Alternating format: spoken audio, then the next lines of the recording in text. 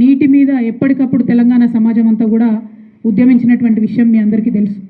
నీటి వనరుల కోసం, చెరువుల పునరుద్ధరణ కోసం ఫెయిల్ అవుతున్నటువంటి బోర్లను చూసి బాధపడుకుంటా, కన్నీళ్లు పెట్టుకుంటా, ఫ్లోరోసిస్తోని కాళ్ళు చేయిలు వంకరబోయినటువంటి వాళ్ళను ప్రధానమంత్రుల దగ్గరికి కూడా తీసుకొని పోయి మన బాధను ఎప్పటికప్పుడు తెలియజేసుకుంటూ, దాంతో పాటు రాష్ట్రం సాధిస్తేనే వీటన్నిటికీ పరిష్కారం అన్నటువంటి ఒక సంకల్పంతో మనం పనిచేసి రాష్ట్రాన్ని సాధించుకున్నాం. మరి రాష్ట్రం సాధించుకున్న తర్వాత ప్రథమ ప్రాధాన్యతగానే మనం నీటి వనరులను ఎంత తొందరగా వీలైతే అంత తొందరగా మన పొలాలకు మళ్లించుకోవాలనేటటువంటి సత్సంకల్పంతో పనిచేసినటువంటి విషయం కూడా మీ అందరికీ తెలిసిందే.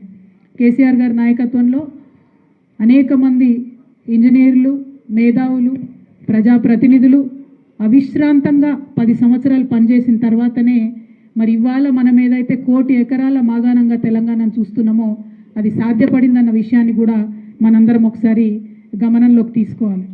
ఊరికేనే రాలేదు. ఈ 10 సంవత్సరాలు ఎంతోమంది పెద్దలు, మేధావుల మెదడు కరిగించి దానికి ఇంజనీర్లు రూపకల్పన చేసి అనేక మంది కష్టపడితేనే ఇవాళ 1 కోటి ఎకరాల పైచిలకు తెలంగాణలో నీళ్ళు ఇచ్చుకోగలుగుతూ ఉన్నాం.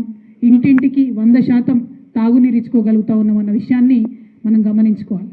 అంటే తెలంగాణ సమగ్ర అభివృద్ధిలో నీటి వనరులను మన పొలాలకు మళ్లించుకోవడం అనేటటువంటిది ఒక కోర్ పాలసీగా, ఒక వెన్నుముకగా పెట్టుకొని ముందుకు పోయినాం. కాబట్టే ఇవాళ తెలంగాణ సమగ్ర అభివృద్ధిలో నీటి వనరుల యొక్క ప్రాధాన్యత వచ్చింది అనేటటువంటి విషయాన్ని కూడా మనం ఆలోచన చేయాలి.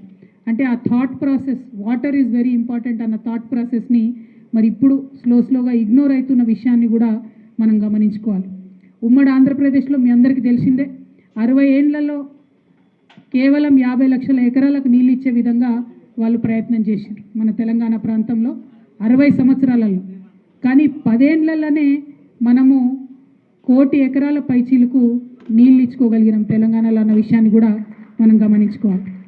కాలంతో పోటీపడి ప్రపంచంలోనే అతిపెద్ద లిఫ్ట్ ఇరిగేషన్ స్కీమ్ అయినటువంటి మనం కాళేశ్వరంని నిర్మించుకోవడం జరిగింది. అత్యంత తొందరగా నిర్మించుకోవడం జరిగింది. ఓవరాల్గా రాష్ట్రం ఏర్పడ్డటువంటి 10 ఏళ్లలో 1,24,00,000 ఎకరాల సాగునీరు వచ్చే విధంగా ప్రాజెక్టులలో ప్రధాన పనులన్నీ కూడా మనం పూర్తి చేసుకోగలిగినాం. ప్రతి ఊర్లో చెరువులను బాగు చేసుకున్నాం. మిషన్ కాకతీయ ద్వారా దాదాపు 15 లక్షల ఎకరాలకు కూడా నిరంతరాయంగా నీరిచ్చుకోవడం జరిగింది. ఓన్లీ చెరువులను బాగు చేసుకోవడం ద్వారా 9.61 TMCల నీళ్లను కూడా మనం ఒడిసి పట్టుకోగలిగినామని చెప్పి మేధావులంతా కూడా చెప్పడం జరిగింది రిపీటెడ్. అట్లానే భూగర్భ జలాలను కూడా మనం పెంచుకోవడం జరిగింది. మరి వీటన్నిటికీ సాక్ష్యం ఏంది, టాంజిబుల్ ఏంటిది ఆన్సర్ అని అంటే, తెలంగాణ రాష్ట్రం ఏర్పడక ముందు 68 లక్షల టన్నుల వరి పంట వండితే మొన్న 2022-23లో అంటే తెలంగాణ ఏర్పడి 10 ఏళ్ళు మనం నీటిని మన పొలాలకు మళ్లించుకున్న తర్వాత పండినటువంటి పంట 1,68,00,000 టన్నుల ధాన్యం. ఇండియాలో నంబర్ 1 రాష్ట్రంగా ధాన్యం పండించే రాష్ట్రంలో తెలంగాణ ఎదగడం, ఇది మనం సాధించుకున్నటువంటి టాంజిబుల్ రిజల్ట్. అదేవిధంగా మత్స్య వనరులు కూడా పెరిగినాయి చాలా విపరీతంగా. 7,000 కోట్ల వరకు కూడా మత్స్య సంపద పెరిగినటువంటి విషయాన్ని కూడా మనం గమనించుకోవాలి. మరి ఒక్కొక్క జిల్లా పరంగా చూస్తే, ఎందుకంటే ఇవాళ ఒక రకమైన పొలిటికల్ వాతావరణం ఏర్పడ్డది. 10 ఏళ్లలో అసలు ఏమీ జరగనే లేదు. మనం ఎవరం కూడా ఉద్యమంలో నీటి కోసం తపన పడ్డ వాళ్ళం ఏం పనే చేయలేదు అన్నటువంటిగా ఆరోపణలు వస్తున్న సందర్భంలో ఆదిలాబాద్ జిల్లా చూసుకుంటే తెలంగాణ రాకముందు కేవలం 1,39,000 ఎకరాలలో సాగు జరిగేది. తెలంగాణ వచ్చినాక 2022-23 సంవత్సరానికి 8 లక్షల ఎకరాల్లో సాగు చేసుకునే పరిస్థితికి ఎదిగినాం.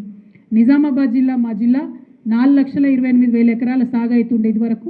మొన్న 22-23లో 10,25,000 ఎకరాలు సాగు అవుతున్నది. మెదక్ జిల్లా 2.5 లక్షల ఎకరాలు అంతకుముందు సాగు అయితే మొన్న 2022-23లో 8 లక్షల ఎకరాలకు సాగు విస్తీర్ణాన్ని పెంచుకున్నాం. కరీంనగర్లో ఇదివరకు 4,63,000 ఎకరాలు సాగు అయితే మొన్న 2022-23లో 12,61,000 ఎకరాలకు ఆ సాగు విస్తీర్ణాన్ని పెంచుకోగలిగినాం. వరంగల్లో అంతకుముందు తెలంగాణ రాకముందు 4,43,000 ఎకరాల్లో సాగు అయితే ఇప్పుడు తెలంగాణ వచ్చినాక 2022-23లో 9 లక్షల ఎకరాలకు కూడా ఆ సాగును పెంచుకోగలిగినాం. అట్లానే ఖమ్మంలో 2.5 లక్షల ఎకరాలకు అంతకుముందు నీళ్ళు ఇచ్చుకుంటే 4 లక్షల ఎకరాలకు ఇప్పుడు నీళ్ళు ఇచ్చుకోగలుగుతా ఉన్నాం. నల్గొండ జిల్లాలో 7.5 లక్షల ఎకరాలకు తెలంగాణ రాకముందు నీళ్ళు ఇస్తే 2022-23లో 13,42,000 ఎకరాలకు కూడా ఇప్పుడు నీళ్ళు ఇచ్చుకోగలిగాం. అదే మహబూబ్ నగర్లో ముఖ్యమంత్రి గారి సొంత జిల్లాలో 2,23,000 ఎకరాలు తెలంగాణ రాకముందు సాగైతే ఇప్పుడు మొన్న 2022-23లో 9,58,000 ఎకరాలు మహబూబ్ నగర్ జిల్లాలో మనం నీళ్ళు ఇచ్చుకోగలిగాం. రంగారెడ్డి జిల్లాలో 1,00,000 ఎకరాలు అంతకుముందు సాగైతే ఇవాళ 2.5 లక్షల ఎకరాలకు కూడా సాగు విస్తీర్ణాన్ని మనం పెంచుకోగలిగాం. అంటే ఇది ఖచ్చితంగా టాంజిబుల్గా ప్రజలకు మనం చూపించుకోగలిగిన గ్రోత్. తెలంగాణ వస్తే ఏమొచ్చిందంటే తెలంగాణ 1 కోటి ఎకరాల మాగాణం అయిందని, తెలంగాణ కోసం రక్తం స్వేదం పెట్టి కొట్లాడి పనిచేసినటువంటి మనందరం కూడా ఒక తృప్తితోని ఇవాళ ప్రజలకు చెప్పుకోగలిగినటువంటి విషయం ఇదే అని మనం గమనించుకోవాలి. మనకు ప్రకృతి వరం ఇచ్చింది. తెలంగాణలో భారతదేశంలోనే 2వ అతి పొడవు నదిగా చెప్పే గోదావరి నది మన తెలంగాణ తలాపున వారుతుంది. తెలంగాణ తల్లికి అభిషేకం చేసినట్టుగా నెత్తి మీద గోదావరి వారుతుంది. తెలంగాణ తల్లి పాదాలు గడిగినట్టుగా భారతదేశంలో 3వ అతిపెద్ద నది అయినటువంటి కృష్ణా నది కూడా మరి పారుతూ ఉంటుంది. ఆ విషయం మనందరికీ తెలిసిందే. మరి వాటిని వినియోగంలోకి తెచ్చుకోవడానికి మనం ఈ 10 ఏళ్ళు కష్టపడ్డాం. మరి ఆనాడు 60 ఏళ్ళు పాలన చేసినటువంటి కాంగ్రెస్ టీడీపీ ప్రభుత్వాలు ప్రాజెక్టులలో పల్లేరు మొలిపించేది తప్పితే ఏనాడు కూడా ప్రాజెక్టుల కోసం కొట్లాడలేదు. ఇది వాస్తవం, ఎవరు కాదనలేని వాస్తవం. కాంగ్రెస్ నాయకులు ఎప్పుడైనా పదవుల కోసం పైరవీలు చేసుకున్నారు తప్పితే ప్రాజెక్టుల కోసం కొట్లాడినటువంటి చరిత్రను మనం చూడలేదు.